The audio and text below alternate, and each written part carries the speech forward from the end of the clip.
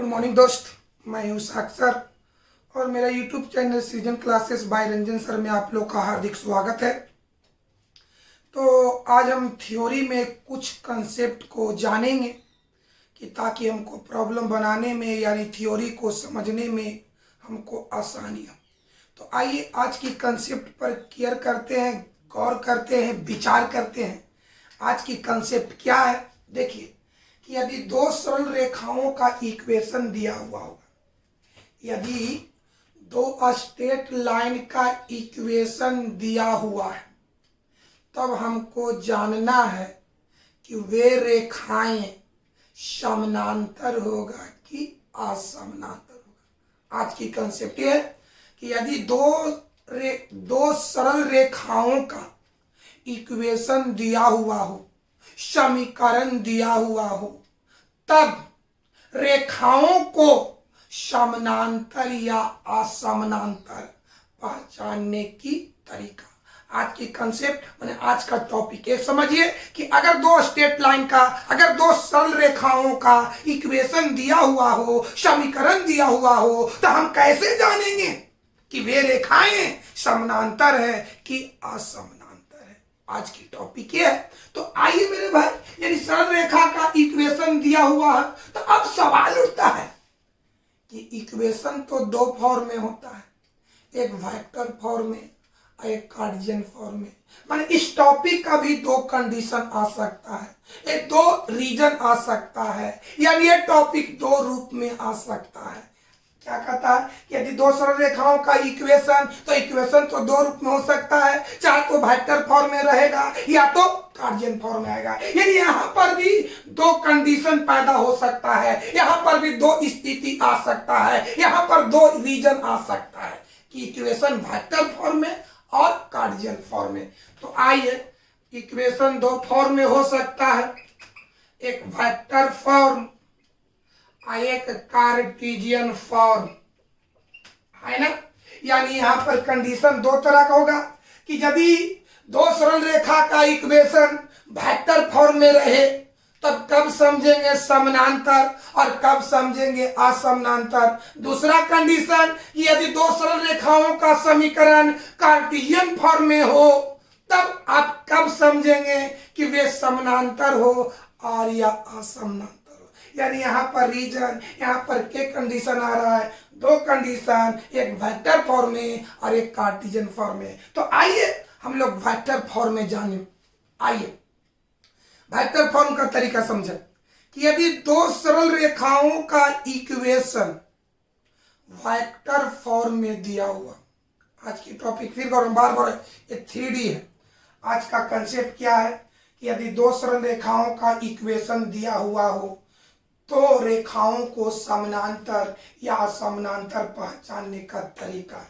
यानी इक्वेशन दिया रहेगा तो इक्वेशन तो दो रूप में होता है, एक वेक्टर फॉर्म में या एक कार्टेशियन फॉर्म में। तो इक्वेशन चाहे तो वेक्टर में होगा या तो कार्टेशियन में होगा। तो वेक्टर में रहेगा तो कैसे जानेंगे और कार्टेशियन में रहेगा तो कैसे जानेंगे। यानी यहाँ पर कंडीशन के द्वारा दो कंडीशन। तो आइए पहले कंडीशन को हम जानिए, क्या कि यदि दो सरल रेखाओं का इक्वेशन, यदि दो सरल रेखाओं का इक्वेशन वेक्टर फॉर्म में हो तब कैसे जानेंगे कि वे रेखा समानांतर है या असमानांतर है। इस पर गौर करते हैं, इस पर विचार करते हैं। तो सुनिए, कैसे जानिएगा कि इक्वेशन वेक्टर फॉर्म में देल है, समीकरण वेक्टर फॉर्म में देल है, तो कैसे जानेंगे कि ये रेखा समानांतर है या ये रेखा असमानांतर है। तो सुनिए कैसे, सुनिए जब पॉइंट कि यदि दो सरल रेखाओं का इक्वेशन वेक्टर फॉर्म में दिया हुआ हो और दोनों समीकरण में अचर का गुणांक एक ही हो। समीकरण कैसा हो? वेक्टर फॉर्म में, और दोनों समीकरण में अचर का गुणांक एक ही हो, तब रेखाएं समानांतर होती है। याद हुआ? अगर सरल रेखाओं का इक्वेशन वेक्टर फॉर्म में हो और दोनों समीकरण में अचर का गुणांक एक ही हो तब रेखाएं समानांतर होती है। दूसरा पॉइंट समझिए, अगर दो सरल रेखा का इक्वेशन वेक्टर फॉर्म में हो और दोनों समीकरण में अचर का गुणांक भिन्न भिन्न हो तब रेखाएं असमानांतर होती है। आइए दो पॉइंट समझिए, इक्वेशन वेक्टर फॉर्म में हो और दोनों समीकरण में अचर का गुणांक एक ही हो तो रेखाएं समानांतर होती है। दूसरा पॉइंट, इक्वेशन वेक्टर फॉर्म में हो और दोनों इक्वेशन में अचर का गुणांक भिन्न भिन्न हो तो रेखाएं असमानांतर होती है। यानी यहां पर हम लिख सकते हैं कंसेप्ट के रूप में, पहला पॉइंट कि यदि दो सरल रेखाओं का इक्वेशन वेक्टर फॉर्म में हो और दोनों इक्वेशन में अचर का गुणांक एक ही हो तब रेखाएं समानांतर होती है। दूसरा पॉइंट, यदि दो सरल रेखा का इक्वेशन वेक्टर फॉर्म में हो और दोनों इक्वेशन में अचर का गुणांक भिन्न भिन्न हो तब रेखाएं असमानांतर होती है। हम उम्मीद करते हैं कि अगर रेखा का इक्वेशन वेक्टर फॉर्म में दिया हुआ हो तब आसानी से पता लगा लेंगे कि कौन समानांतर है और कौन असमानांतर है। अगर अचर का गुणांक एक ही हो तो रेखाएं समानांतर होती है, अगर अचर का गुणांक भिन्न भिन्न हो तो रेखाएं असमानांतर होती है। याद हो गया? आप लोग एक बार आ जाते थे, अगर दो सरल रेखा का इक्वेशन वेक्टर फॉर्म में दिया हुआ हो तो कैसे जानेंगे कि समानांतर है या असमानांतर है? तो अगर दोनों इक्वेशन में अचर का गुणांक एक ही हो तब उसको समानांतर कहेंगे, अगर दोनों इक्वेशन में अचर का गुणांक भिन्न भिन्न हो तो उसको असमानांतर कहेंगे। हम समझते उम्मीद करते हैं कि अगर इक्वेशन वेक्टर फॉर्म में दिया हुआ हो तो उस इक्वेशन के माध्यम से आप पहचान लेंगे कि कौन समानांतर है और कौन असमानांतर है। तो आइए इस बात को हम बोर्ड पर लिखते हैं और उदाहरण के माध्यम से हम आपको समझाएंगे। तो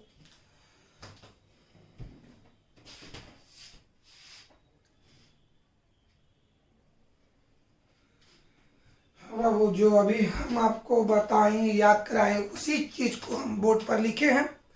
तो देखिए पहला कंसेप्ट है कि यदि दो सरल रेखाओं का इक्वेशन वेक्टर फॉर्म में हो और दोनों इक्वेशन में अचर का गुणांक एक ही हो। इक्वेशन कैसा हो? वेक्टर फॉर्म में हो और अचर का गुणांक एक ही हो तब वे रेखाएं क्या होता है? समानांतर होता है। इक्वेशन क्या हो? वेक्टर फॉर्म में हो और दोनों इक्वेशन में अचर का गुणांक एक ही हो तब रेखाएं कैसा होता है? समानांतर होता है। आइए दूसरी बात को समझे, दूसरा पॉइंट समझिए, अगर दो सरल रेखाओं का इक्वेशन वेक्टर फॉर्म में हो और दोनों इक्वेशन में अचर का गुणांक भिन्न भिन्न हो तो रेखाएं असमानांतर होता है। उम्मीद है कि समझ में आ गया, दोनों याद हुआ। इक्वेशन क्या हो? वेक्टर फॉर्म में हो और अचर का गुणांक एक ही हो तो रेखाएं समानांतर होती है। इक्वेशन वेक्टर फॉर्म में हो और अचर का गुणांक भिन्न भिन्न हो तो रेखाएं क्या होती है? असमानांतर होती है। तो आइए हम लोग दो रेखा का इक्वेशन देखिए दिए हैं, आइए बोर्ड पर देखिए। ए बाबू, ये आपका है पहला रेखा का इक्वेशन और ये है आपका दूसरा रेखा का इक्वेशन। इसमें एरो का इस्तेमाल है, यानी दोनों रेखा का इक्वेशन ये कौन फॉर्म में है? वेक्टर फॉर्म में है। अब जानना है कि दोनों, बताओ बाबू, ये जो है आपको फर्स्ट लाइन का इक्वेशन जो हम आपको बताए हैं, ये है आपका सेकंड लाइन का इक्वेशन। अब बताना है कि समानांतर है कि असमानांतर। तो कुछ मत करिए, बताओ बाबू, पहला रेखा में अचर कौन है? पहला इक्वेशन में अचर कौन है? लेम्डा, और दूसरा में कौन है? मीन। तो यहाँ पर अचर का गुणांक ई है और यहाँ पर अचर का गुणांक ई। हमने क्या बोले? इक्वेशन कौन फॉर्म में? वेक्टर फॉर्म में।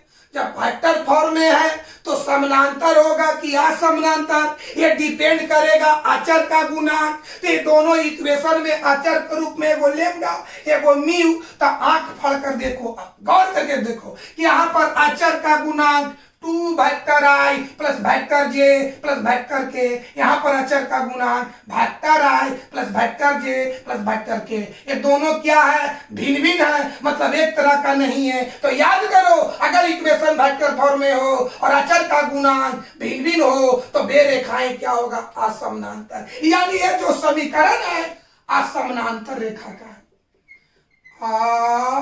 असमानांतर। आप लोग को जब प्रॉब्लम बनाएंगे तो आपको वहां लिखल नहीं रहेगा कि समानांतर है कि असमानांतर है। आपको इक्वेशन को देखकर भापना होगा कि समानांतर है कि असमानांतर। तो इजी तरीका है, दोनों समीकरण में देख लो कि अचर का गुणांक क्या है। अगर एक होगा तो समानांतर, अगर भिन्न भिन्न होगा तो असमानांतर। तो पहला समीकरण में अचर के रूप में लेम्डा है, दूसरा समीकरण में अचर के रूप में म्यू है। अचर पहचानने का तरीका, समीकरण के राइट और आई जे के को छोड़िए तो जो बचेगा वही हो जाएगा अचर, है ना।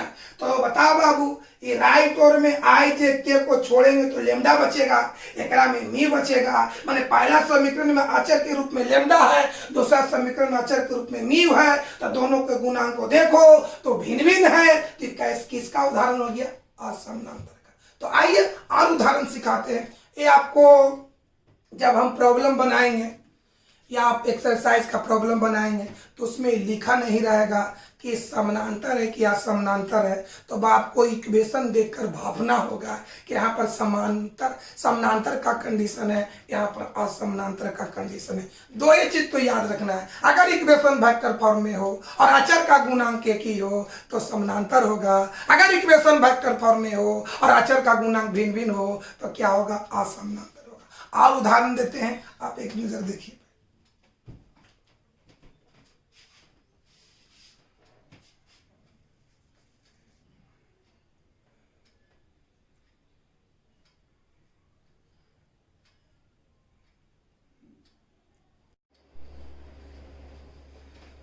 तो हाँ बाबू, जो अभी थ्योरी क्या बताए थे कि अगर इक्वेशन वेक्टर फॉर्म में हो और अचर का गुणांक एक ही हो तो रेखाएं समानांतर होती है। अगर इक्वेशन वेक्टर फॉर्म में हो और अचर का गुणांक भिन्न भिन्न हो तो रेखाएं असमानांतर होती है, जिसमें हम एक उदाहरण दिए थे। आइए अगला एग्जाम्पल पर गौर करते हैं। Example number 2। अभी दोनों में बताइए अचर पहचानने का तरीका। समीकरण के राइट और आई जे के को छोड़िए तो जो बचेगा वही अचर होगा। तो आइए इसमें अचर के रूप में लेम्डा होगा या अचर के रूप में म्यू होगा।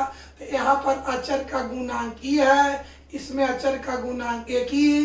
तो मिला कर देखो, यहाँ पर आई जे के, यहाँ पर आई जे के, यानी यहाँ पर अचर का गुणांक एक ही है। तो ये रेखाएं क्या होगा, समानांतर होगा, पैरेलल होगा। यानी किसका उदाहरण हो गया,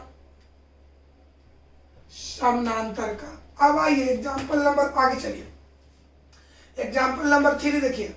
बताओ बाबू, एरो का इस्तेमाल है तो बताओ दोनों इक्वेशन वेक्टर फॉर्म में है। तो अब आइए बताओ मेरे भाई, पहला समीकरण के राइट और आई जे के छोड़ेंगे तो बचेगा एस। यानी पहला समीकरण में अचर के रूप में एस है और दूसरा समीकरण में अचर के रूप में टी है। तो बताओ मेरे भाई, पहला समीकरण में अचर के रूप में एस, दूसरा समीकरण में अचर के रूप में टी। तो यहाँ अचर का गुणांक ए है, यहाँ अचर का गुणांक ए है। तो मैंने यहाँ बताओ बाबू, पहला समीकरण में अचर का गुणांक 2 वेक्टर आई प्लस वेक्टर जे, दूसरा समीकरण में अचर का गुणांक वेक्टर जे प्लस वेक्टर के। दोनों को मिलाकर देखिए तो दोनों भिन्न भिन्न है। तो अगर अचर का गुणांक भिन्न भिन्न है तो इक्वेशन का तब रेखाएं कैसा होगा, असमानांतर। यानी ये असमानांतर रेखाएं का समीकरण है। तीसरा उदाहरण, चलिए चौथा उदाहरण देखिए। पहला समीकरण में अचर के रूप में ए है, दूसरा समीकरण में अचर के रूप में बी है। तो दोनों का गुणांक पर केयर करके देखिए, उम्मीद करते हैं कि दोनों एक ही है। इसका मतलब हो गया कि ये समानांतर रेखाओं का इक्वेशन है। हम उम्मीद करते हैं बाबू, हम उम्मीद करते हैं कि अगर सरल रेखाओं का इक्वेशन वेक्टर फॉर्म में दिया हुआ हो तो आप इक्वेशन के माध्यम से ये पहचान लेंगे कि कौन सी रेखाएं समानांतर है और कौन सी रेखाएं असमानांतर है। तो एक कहानी था वेक्टर फॉर्म में। अब चलिए कार्टेशियन फॉर्म में। अगर दो सरल रेखाओं का इक्वेशन कार्टेशियन फॉर्म में हो तब रेखाएं को समानांतर या असमानांतर पहचानने का तरीका। फिर एक बार समझो, अगर दो सरल रेखा का इक्वेशन कार्टेशियन फॉर्म में हो तब रेखाएं को समानांतर या असमानांतर पहचानने का तरीका। तो चलिए तरीका समझा जाए। पहला तरीका, यदि x, y और z का गुणांक 1 हो, x, y, z का गुणांक 1 हो और बट्टा वाला संख्याएं हूबहू हो। कब? जब इक्वेशन कार्टेशियन फॉर्म में रहे तब। तो पहला सुनिए कंसेप्ट, यदि x, y, z का गुणांक 1 हो और बट्टा वाला संख्या हूबहू हो तब रेखाएं समानांतर होती है। मतलब क्या हो गया कि इक्वेशन कार्टेशियन फॉर्म में तो x, y, z का गुणांक 1 हो और बट्टा वाला संख्या हूबहू हो तो रेखाएं क्या होती है? समानांतर होती है। आगे बढ़ते हैं। इक्वेशन कार्टेशियन फॉर्म में हो, x, y, z का गुणांक 1 हो और बट्टा वाला संख्या हूबहू नहीं हो तब रेखाएं असमानांतर होता है। याद किया जाए, x, y, z का गुणांक 1 हो और बट्टा वाला संख्याएं हूबहू हो तब रेखाएं समानांतर होती है। x, y, z का गुणांक 1 हो और बट्टा वाला संख्या हूबहू नहीं हो तब रेखाएं असमानांतर होती है। एक बार और समझा जाए, यदि दो सरल रेखाओं का इक्वेशन कार्टेशियन फॉर्म में हो तब रेखाओं को समानांतर या समानांतर पहचानने का तरीका। तो तरीका नंबर 1, यदि x, y, z का गुणांक 1 हो और बट्टा वाला संख्याएं हूबहू हो तब रेखाएं समानांतर होती है। पॉइंट नंबर 2, यदि x, y, z का गुणांक 1 हो और बट्टा वाला संख्याएं हूबहू नहीं हो तब रेखाएं असमानांतर होती है। यानी आप इस कंसेप्ट से अगर इक्वेशन कार्टेशियन फॉर्म में दिया हुआ हो तब उसको समानांतर या समानांतर पहचान सकते हैं। पहचानने के पहले देख लो कि x, y, z का गुणांक 1 है कि नहीं है। अगर नहीं है तो पहले उसके गुणांक को 1 करो, जो तरीका हम बताए हैं। पहले उसकी गुणांक को 1 करो, उसके बाद बट्टा वाला संख्या देखो। पहले याद कर, समझो बाबू। समानांतर असमानांतर पहचानने का तरीका, तो अब क्या करेंगे, x, y, z का गुणांक 1 हो, बट्टा वाला संख्या हूबहू हो तो रेखाएं समानांतर होती है। x, y, z का गुणांक 1 हो और बट्टा वाला संख्या हूबहू नहीं हो तो रेखाएं असमानांतर होती है। कोई दिक्कत है? अब चलिए, अगर उदाहरण दिया हुआ हो तो सबसे पहले उसमें देखना है x, y, z का गुणांक 1 है कि नहीं है। अगर नहीं है तो उसके गुणांक को 1 करो। 1 करने के बाद देखो कि बट्टा वाला संख्या हूबहू आया कि नहीं आया। अगर हूबहू आया तो रेखाएं समानांतर होगी, अगर हूबहू नहीं आया तो रेखाएं समानांतर नहीं होगी, माने असमानांतर होगी। तो इस बात को हम बोर्ड पर लिखेंगे दोस्त।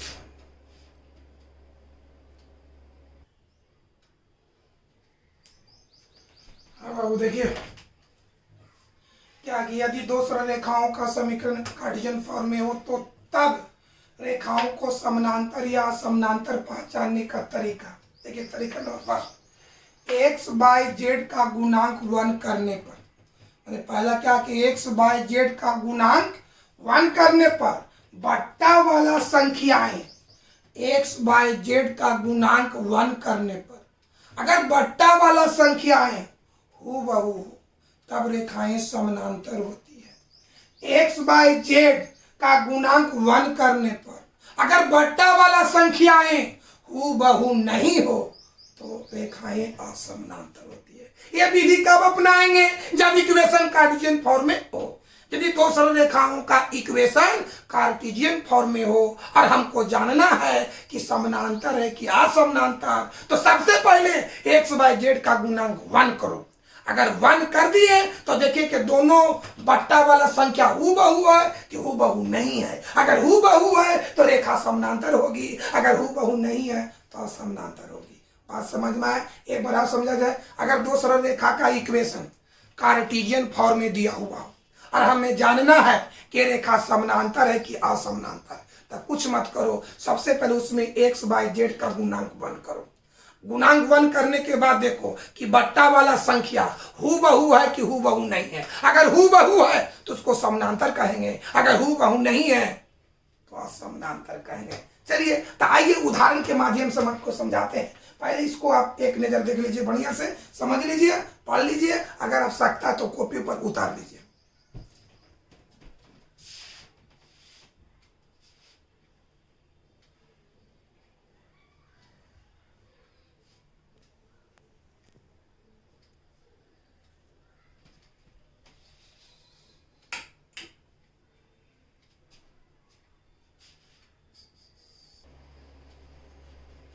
अब वो एग्जाम्पल देखा जाए, देखिए बताओ, यहाँ x का गुणांक 1, y का गुणांक 1, z का गुणांक 1, इसमें भी x का गुणांक 1, y का गुणांक 1, यहाँ पर z का गुणांक भी 1।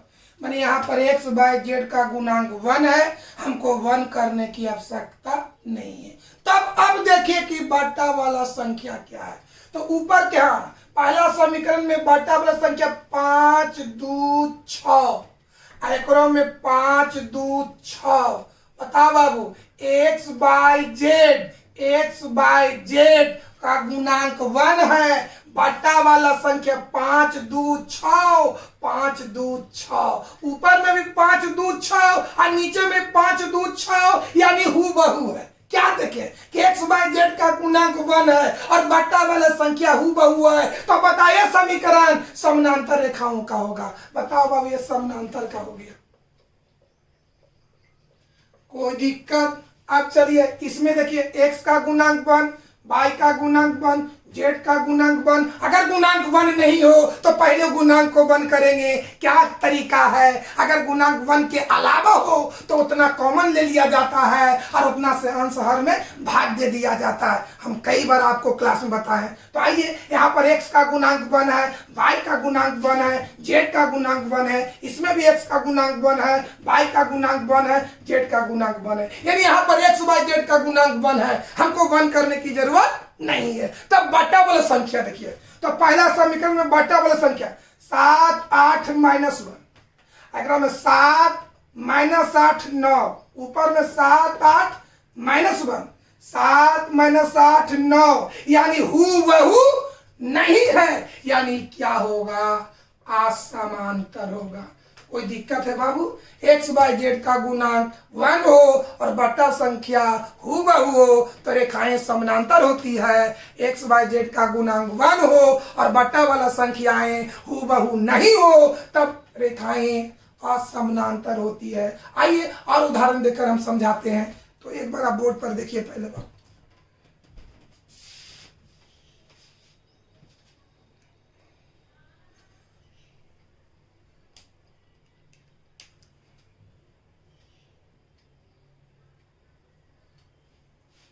ये बाबू, इस प्रॉब्लम को समझिए, इसको जानिए कि समानांतर है कि असमानांतर है। तो पहला काम क्या है कि x बाई जेड का गुणांक देखिए, अगर 1 है तो ठीक है, अगर गुणांक 1 नहीं है तो उसका गुणांक को 1 करें। आइए देखें, तो यहाँ पर तो x का गुणांक 1 है, सही है, लेकिन यहाँ y का गुणांक 2 है, लेकिन होना चाहिए 1। चलिए यहाँ पर z का गुणांक 1, ये सही है। यहाँ पर x का गुणांक -1 है, लेकिन होना चाहिए 1। यहाँ पर y का गुणांक 1 सही है, यहाँ पर z का गुणांक -1 है। तो सबसे पहले जहां पर गुणांक 1 नहीं हो वहां पर गुणांक 1 कीजिए। आइए पहले इसको हल करते हैं दोस्त। चला जाए क्या गुणांक, चलो x माइनस, यहाँ पर x का गुणांक 1 है, छोड़ दीजिए। यहाँ पर y का गुणांक 2 है, होना चाहिए 1। अगर 1 नहीं है तो उतना क्या कर लेंगे, कॉमन, या 2 कॉमन ले लो। y plus 2। चलो यहाँ जेड का गुणांक 1 है तो छोड़ दिया जाए, जेड माइनस 6। अब आइए यहाँ कॉमन कितना लिए 2, तो रूल बताए कि जितना कॉमन लिया जाता उतना ही से अंश हर में भाग दिया जाता है। आया बाबू, चला x माइनस 4 बटा 8, तो 2 से अंश हर में यहाँ पर भाग दिया जाए, 2 इंटू वाई प्लस 2 बटा 2 बटा 5 बटा 2, जेड माइनस 6 बटा, तो 2 से 2 कट गया। आइए बाबू x माइनस 4 बटा 8 वाई प्लस 2 5 बटा 2 जेड माइनस 6। देख तो x का गुणांक 1, y का गुणांक 1, z का गुणांक 1, तो यहाँ पर बटा वाला संख्या हुआ 5, 5 बटा 2 और 6। फिर समझो x बाय z का गुणांक 1 हुआ तो बटा वाला संख्या 8, 5 बटा 2 और 6। अब इसमें आते हैं, चलो इसको करवाओ। यहाँ पर x वाला पद को आगे करो तो माइनस एक्स प्लस 4 बटा 5, भाई आगे है ये बटा 7, जेड को आगे करो माइनस जेड प्लस 7 बटा 8। चलो दोस्त यहाँ पर x का गुणांक -1 है, होना चाहिए 1। तो हमने क्या बोले कि अगर गुणांक 1 हो तो छोड़ देना है, अगर गुणांक 1 के अलावा हो तो उतना कॉमन लेंगे। तो यहाँ पर कॉमन लेंगे -1, x माइनस 4 बटा 5, यहाँ 1 गुणांक ज्यों के त्यों छोड़ दिया जाए। चलो यहाँ भी कॉमन ले लीजिए -1, जेड माइनस 7 बटा 8, जितना कॉमन लिया जाता है उतना ही से अंश हर में भाग दिया जाता है। चलिए तो बता यहाँ पर -1 से ऊपर भी भाग देंगे और नीचे भी भाग देंगे। x माइनस 4 बटा -1 5 बटा -1 बराबर y माइनस 6 बटा 7 -1, यहाँ पर भी भाग देंगे -1 से और 8 बटा -1, ई से ही कट गया, ई से ही कट गया। चलो बाबू क्या होगा, x माइनस 4, 5 में -1 से भाग देंगे -5, 5 माइनस 6 बटा 7, यहाँ पर z माइनस 7 बटा -8। अब आइए x का गुणांक 1 हुआ, y का गुणांक 1 हुआ, z का गुणांक 1 हुआ, यानी x बाई z का गुणांक 1 हुआ तो बटा वाला संख्या -5 7 -8। अब चलिए दोनों समीकरण में x बाई z का गुणांक 1 हुआ, तब देखिए बटा वाला संख्या एक ही है कि भिन्न भिन्न है। तो मिलाइए, यहाँ 8 5 बटा 2 6, 8 5 बटा 2 6, यहाँ -5, मिलाइए बढ़िया से। तो हुआ इस समीकरण, तो x का गुणांक 1, y का गुणांक 1, z का गुणांक 1, यहाँ x का गुणांक 1, y का गुणांक 1, z का गुणांक 1, यानी x बाई z का गुणांक 1 है।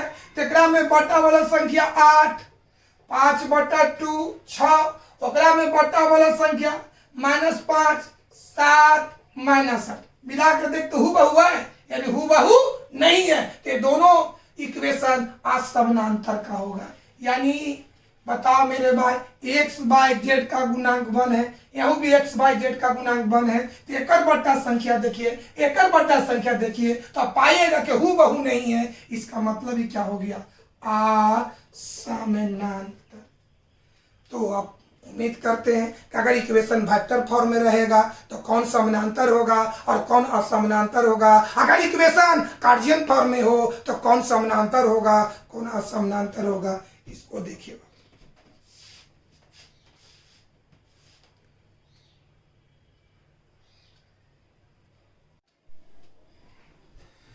तो बाबू अब हम अगले थ्योरी पर विचार करते हैं, अगले टॉपिक पर ध्यान देते हैं। देखिए अगला टॉपिक क्या है, shortest distance between two lines. इसका हिंदी हुआ दो सरल रेखाओं के बीच न्यूनतम दूरी। चलिए इस टॉपिक पर गौर किया जाए। Shortest distance between two lines, इसका हिंदी हुआ कि दो सरल रेखाओं के बीच निम्नतम दूरी। इसकी पूरा अर्थ, ये तो आपका टॉपिक होगा, इसकी पूरी अर्थ होता है कि यदि दो स्ट्रेट लाइन का इक्वेशन दिया हुआ हो, यदि दो सरल रेखा का इक्वेशन दिया हुआ हो, तो उन रेखाओं के बीच निम्नतम दूरी कैसे निकाला जाता है। शॉर्ट में टॉपिक क्या है? Shortest distance between two lines, Hindi में कहते हैं दो सरल रेखाओं के बीच की निम्नतम दूरी। इसको पूरा अर्थ में, यानी इसको दूसरे भाषा में रहेगा क्या कि यदि दो सरल रेखाओं का इक्वेशन, यदि दो सरल रेखाओं का इक्वेशन, सुनिए बढ़िया से, यदि दो सरल रेखाओं का इक्वेशन दिया हुआ हो, यदि दो सरल रेखाओं का इक्वेशन दिया हुआ हो, तो उन रेखाओं के बीच निम्नतम दूरी कैसे निकाला जाता है, कैसे ज्ञात किया जाता है, कैसे हल किया जाता है। यानी इससे टॉपिक बनता है इस पॉइंट से, क्या बाबू, यदि दो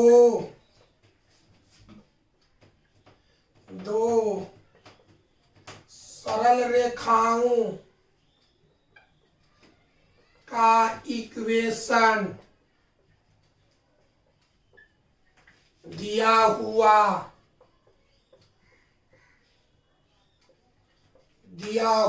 हो,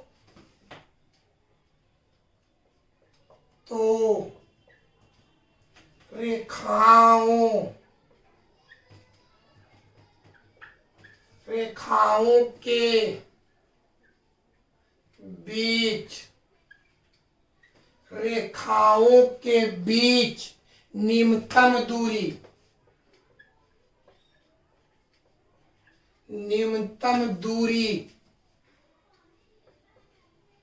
दूरी निकालने का तरीका, एक टॉपिक हुआ। चलिए क्या है, इस टॉपिक से क्या क्वेश्चन बन सकता है कि यदि दो सरल रेखा का इक्वेशन दिया हुआ हो, तब रेखाओं के बीच निम्नतम दूरी कैसे निकाला जाता है। अब सवाल उठता है कि रेखा का इक्वेशन दिया हुआ हो तो हमको मालूम होना चाहिए कि रेखा का इक्वेशन दो फॉर्म में होता है। यदि यह भी क्वेश्चन दो रूप में होगा, एक वेक्टर फॉर्म में और एक कार्टेशियन फॉर्म में, यानी यहां से दो कंडीशन बनेगा, एक वेक्टर फॉर्म और एक कार्टेशियन फॉर्म।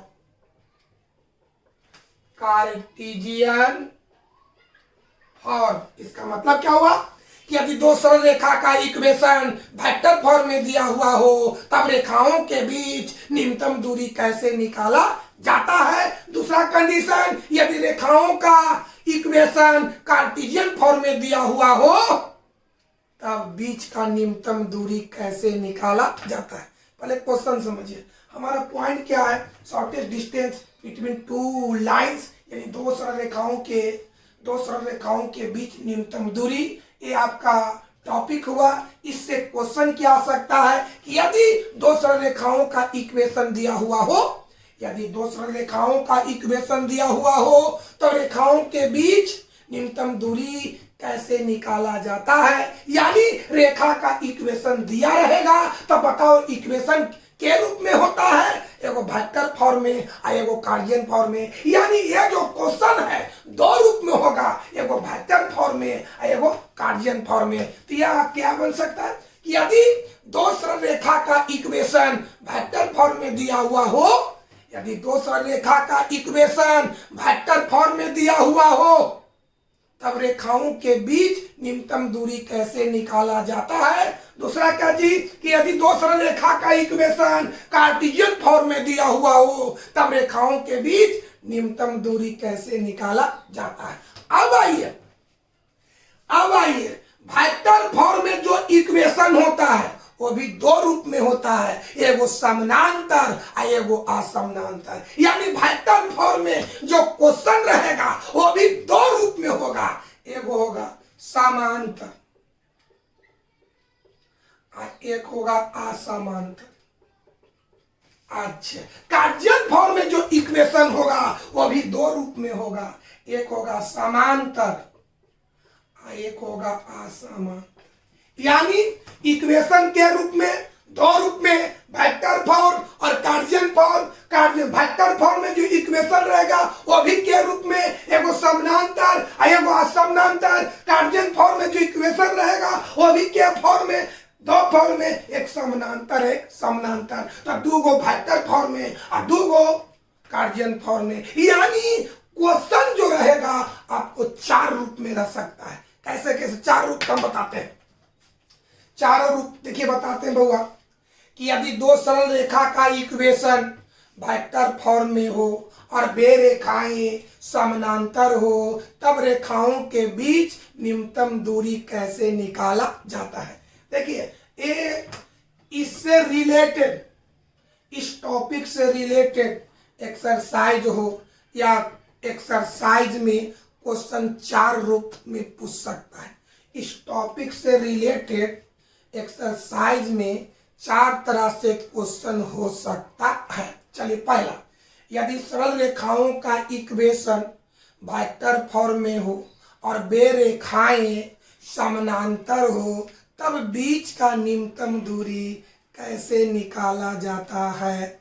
दूसरा पॉइंट, यदि सरल रेखाओं का इक्वेशन वेक्टर फॉर्म में हो और वे रेखाएं असमानांतर हो, तब बीच का न्यूनतम दूरी कैसे निकाला जाता है। तीसरा पॉइंट, यदि सरल रेखा का इक्वेशन कार्टेशियन फॉर्म में हो और वे रेखाएं समानांतर हो, तब रेखाओं के बीच न्यूनतम दूरी कैसे निकाला जाता है। यदि सरल रेखाओं का इक्वेशन कार्टेशियन फॉर्म में हो और वे रेखाएं असमानांतर हो, तब बीच का न्यूनतम दूरी कैसे निकाला जाता है। यानी इस टॉपिक से रिलेटेड जो क्वेश्चन बनेगा वो कितने रूप में होगा, चार रूप में होगा, दो गो वेक्टर फॉर्म में और दो गो कार्टेशियन फॉर्म में। एक बार और समझा जाए, देखिए चार तरह का क्वेश्चन कैसे रहेगा।